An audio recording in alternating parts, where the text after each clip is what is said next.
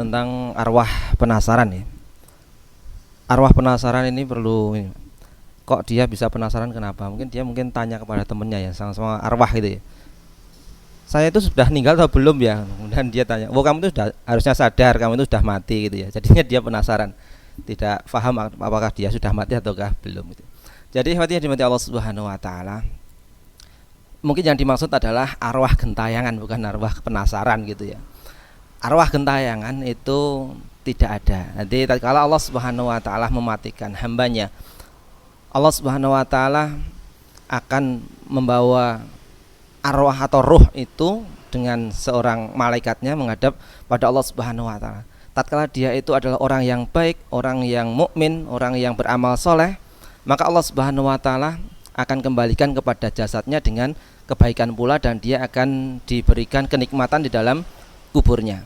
Kemudian kalau orang yang tidak baik, maka dia tidak akan bisa menembus pada langitnya Allah Subhanahu wa taala, dan dia dikembalikan kepada jasadnya dengan sangat hina.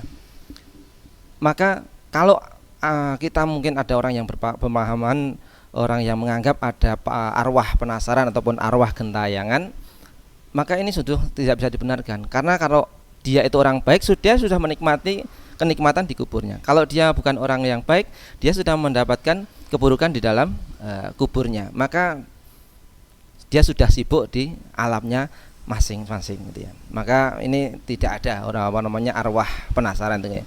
Tapi kalau ada orang meninggal dunia kemudian dia bisa melihatnya lagi, oh saya kemarin melihat si fulan itu sudah meninggal, saya melihatnya di tempat ini ya.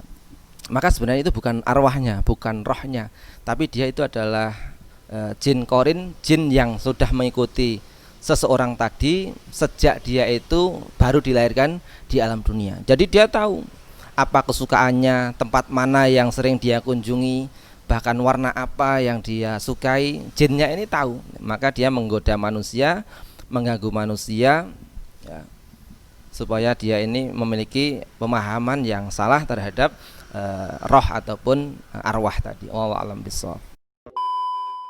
Kedua, batasan mahram sama bukan mahram itu siapa aja, Tat? Apakah adik perempuan dari ibu atau bule itu juga bukan mahram? Misal saya laki-laki. Mahram ya, mungkin tadi ditanyakan kalau semisal kita laki-laki, maka mahram kita yang ke atas salah satu ibu, kemudian ke atasnya adalah nenek, baik nenek dari ibu maupun nenek dari bapak. Kemudian ke atas dan ke samping ya, ke atas tapi nyamping, yaitu adalah bibi ataupun saudara perempuannya ibu dan juga saudara perempuannya bapak. Berarti apa tadi, bule ataupun bude ya, dari ibu maupun dari bapak. Kemudian ke samping dia itu adalah saudari ya, ataupun kakak perempuannya ataupun adik perempuannya. Kemudian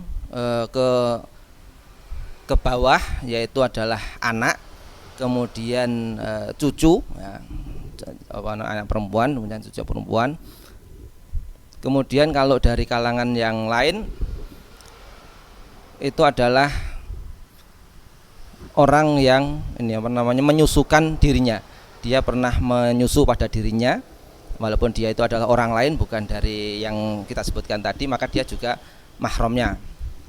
Kemudian ada anak perempuan lain yang juga menyusu kepada orang itu ya, maka dia pun juga menjadi mahram bagi dirinya, maka dia pun juga tidak diperbolehkan untuk menikah gitu ya.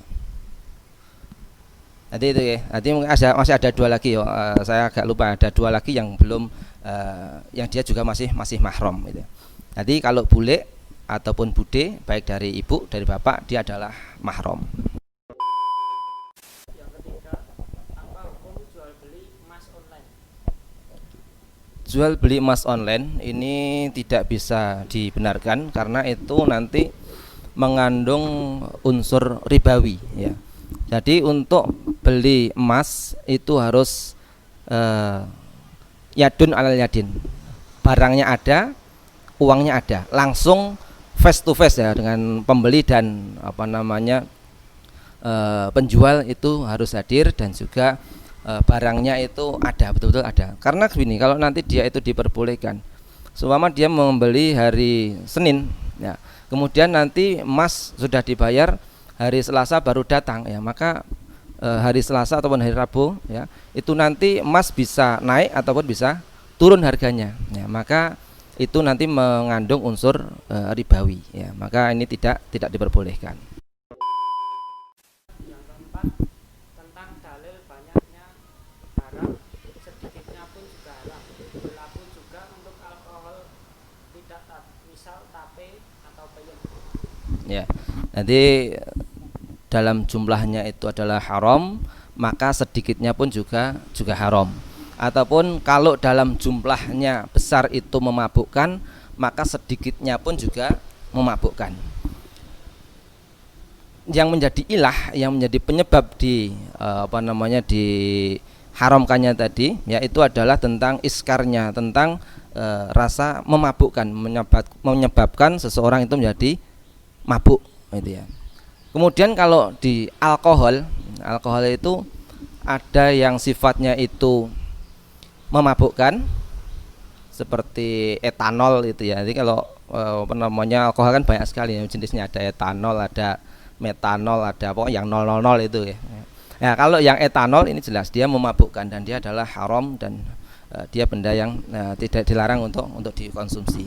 Kemudian kalau seperti jenis yang lain, dia itu sifatnya memabukkan dan juga mematikan. Ini juga haram untuk dikonsumsi dan dia juga najis.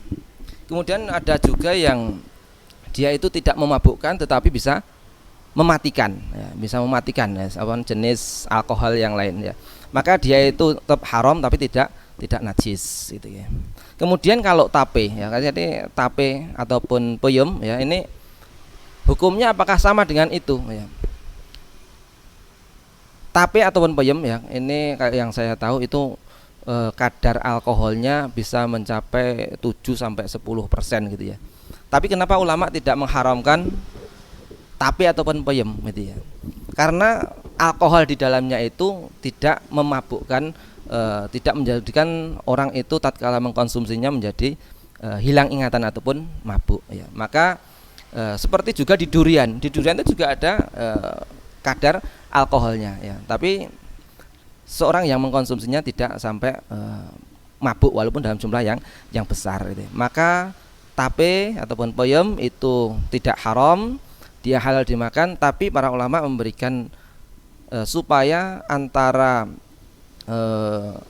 benda padatnya ataupun telonya itu ya, ketelanya itu yang sudah menjadi tape itu dipisahkan dengan airnya, kemudian ditiriskan ataupun dibiarkan sejenak supaya airnya itu bisa terpisah. Adapun yang dia nanti masih nempel pada tape, pada bendanya tadi, pada ketelanya tadi, maka dia adalah para ulama mengisyaratkan, menyamakan dengan tatkala ada hewan yang disembelih kemudian masih ada darah yang menempel di daging hewan itu, maka dia pun juga halal. Wallahu a'lam bishawab. Berarti kalau tape itu adalah halal ya, karena alkoholnya itu bukan termasuk alkohol yang memabukkan. Wallahu a'lam bishawab.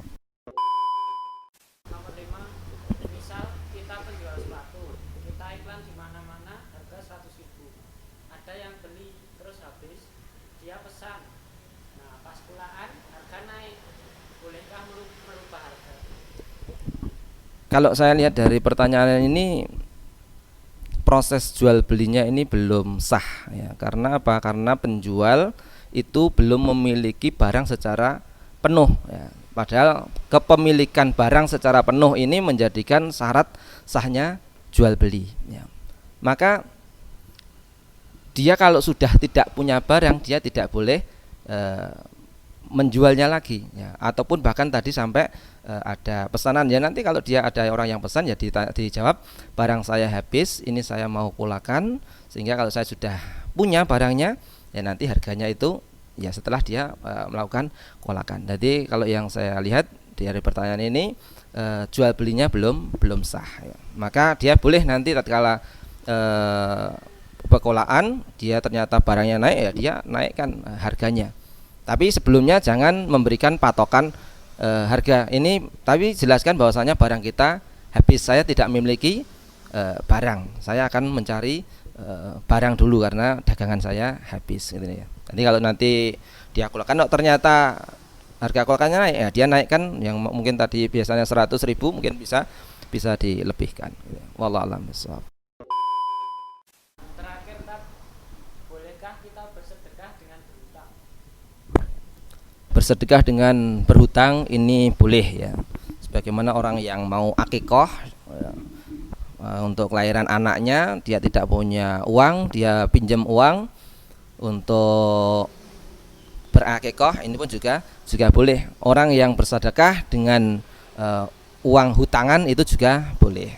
Tapi juga harus juga menilik kepada kemampuannya ya.